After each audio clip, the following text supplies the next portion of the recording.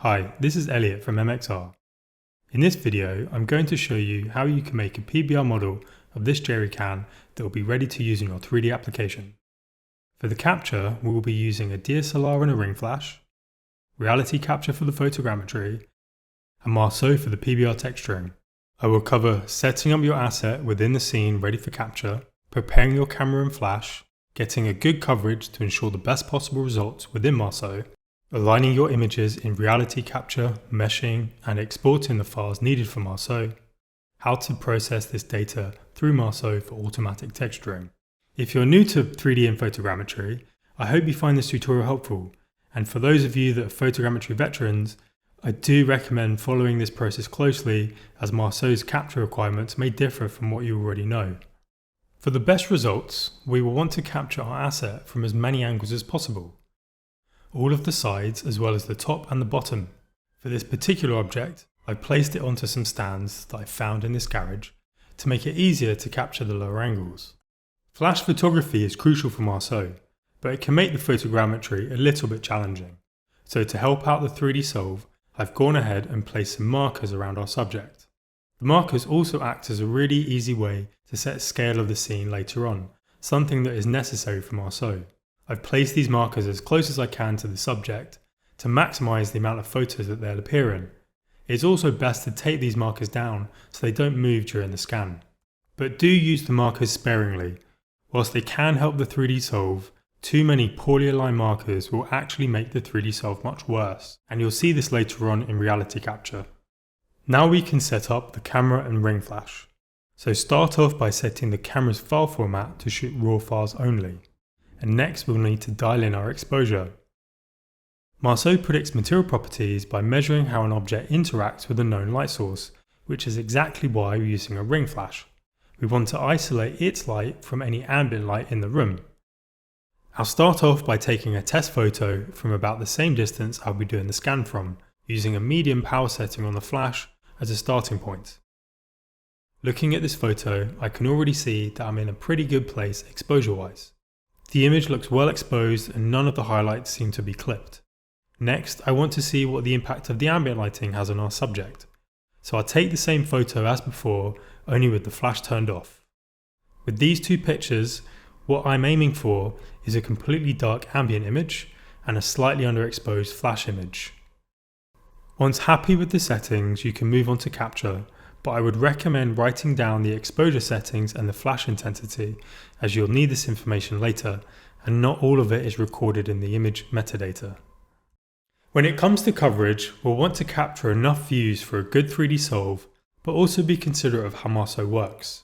Marso's material predictions work by measuring how the light reflects off the subject, so if there are regions of the subject where we never photograph this reflected light, then Marso will struggle to deliver the correct material properties. This can be a little bit strange to wrap your head around at first, but I find a helpful way to think about this is almost painting the object with light. For example, this jerry can is quite glossy, especially on the sides, so taking photos back and forth while moving down, with enough images, we will ensure that we capture all of this reflected region. If we compare this with the same motion with only a few camera positions, we can see regions where we have and where we haven't captured these reflections. These will lead to spots in our PBR predictions later on in the process. Keep that in mind when capturing glossier objects, as they will require more pictures. So when scanning this jerry can, I did rings around the object, working my way down from the top all the way to the bottom. This will make sure that I've covered all of the angles, which will really help for the 3D solve. Then to ensure I have enough of the reflections, I focused on each of the sides independently, moving left and right and working my way down. And then finally, I've gone over the top just to make sure I haven't missed any views. So to recap, we've used markers to set scale, we've shot in RAW instead of JPEG, used a fixed exposure setting, ensured that the flash overpowers any ambient lighting, made a note of the exposure settings and the ring flash power, and we've captured all possible angles of our subject. I'm now at my computer after doing a series of really interesting scans of old props. I've copied the images off the camera into some relevant folders to keep things organized. And what we're going to do next is create a job in Marso to develop the raw photography into JPEGs, reconstruct the 3D scene within reality capture, refine the solve, mesh the object, UV unwrap the mesh, and export an Alembic and an ST map. And then we'll head back over to Marso where we can attach the 3D data from reality capture to the job that we created earlier and set off the PBR processing. Before you do any processing, you will need to do an exposure solve, and we have a separate video on this linked below. I'll start off by creating a job using the button found in the top right of the window. Give the job a name, then find the folder that contains all of the raw files captured earlier. Select the appropriate light system and click Create, which will create a new job entity for us. To develop these images, go to Action, Develop. This will launch the Develop window that allows us to convert the raw files into JPEG or EXR files for the photogrammetry process. Here we can view our images and also alter the brightness of how they'll be converted using a slider. This brightness shift is only for the photogrammetry and will have no impact on the PBR predictions. For images like this that are quite dark, I would recommend lifting the brightness somewhat to help the photogrammetry process later. Select between either JPEG or EXR, but for reality capture I would choose JPEG, and then select a folder where you would like these images to be developed to.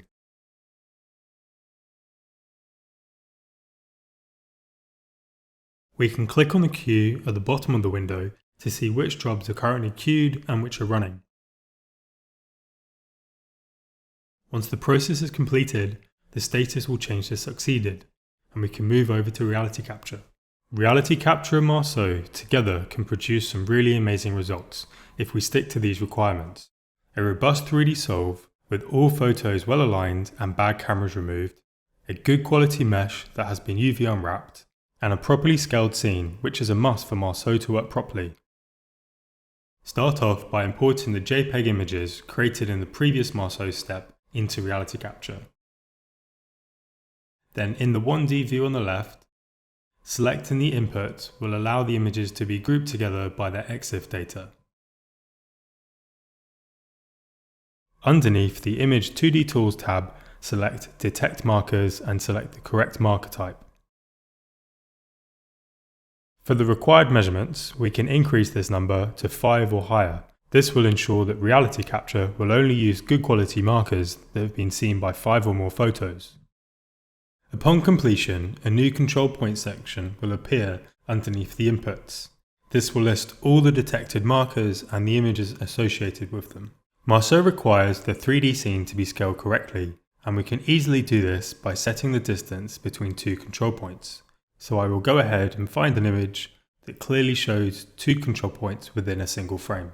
Then clicking on the Define Distance button, I can select two of these control points, and then on the left, under the Define Distance tab, we can type in the measured distance.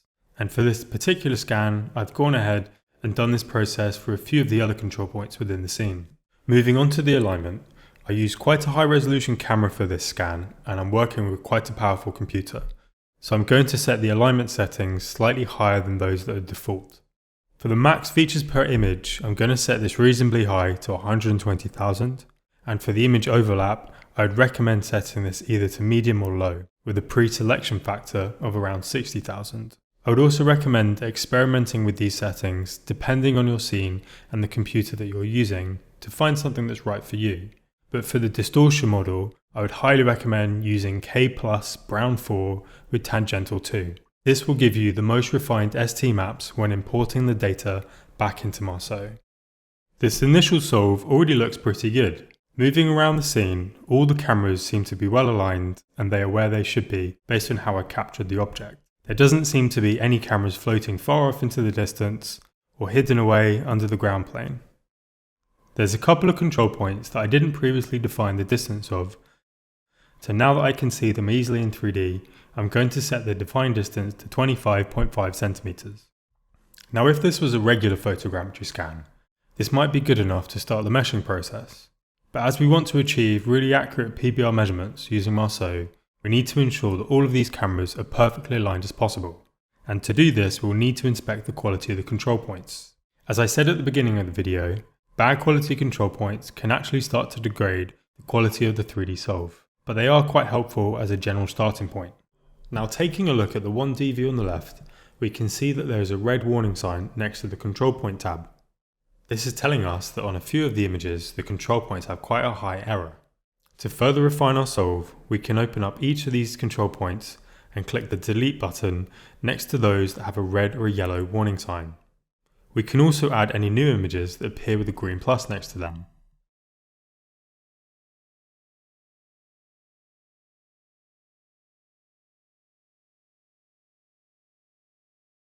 Once this is done, pressing Align Images will update the 3D solve and further refine the camera poses. Depending on your scan, you may find that you need to repeat this process of removing bad control points and updating the Align Images. One final trick to really perfect the 3D solve is to actually click on the input images, ungroup the cameras, and run Align Images one last time. With our 3D solve absolutely dialed in, I'll move on to meshing the model. I will start out by adjusting the reconstruction region to be as close as possible to the jerry can, cropping out as much of the stands as I can. I don't need an overly complex mesh, so I'm going to reconstruct this in normal detail. I'm quite happy with the result of this mesh, but there are some areas which are quite noisy, so I will use the smoothing tool to resolve this. I'm also going to simplify the mesh to bring the vertex count down to 2 million.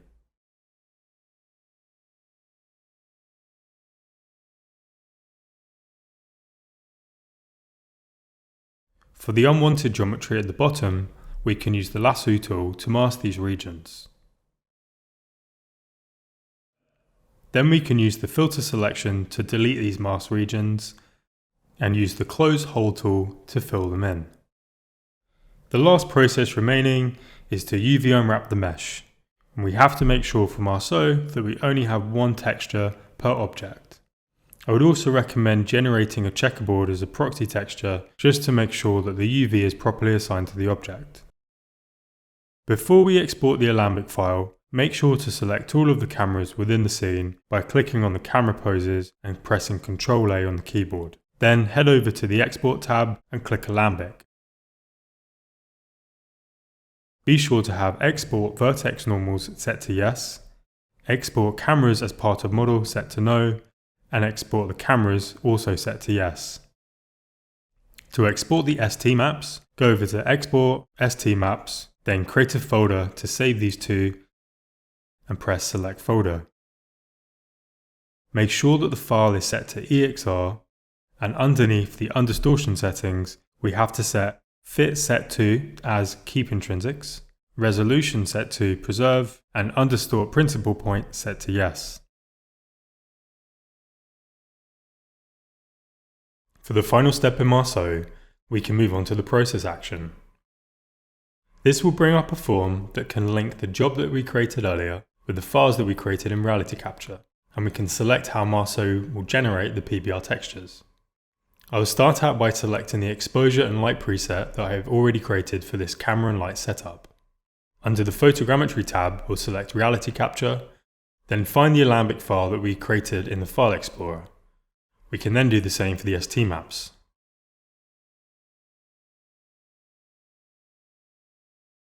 We can decide what output resolution we would like for this job, and for this particular scan, I'm going to use Marso Generation 1, and I'm going to create both a narrow and a wide material gamut prediction. This will then be added to the processing queue, and the status will change to succeeded once completed. Now that our job is done, we can head over to the Asset Library tab, where we can see the asset for the completed job. Clicking Export will launch the Export window. Here, we can export the textures for the different models or gamuts that we ran one at a time. Select the model and choose which output format you would like, or you can select multiple. Save this to an appropriate folder. I would recommend naming this folder with either the model or gamut name.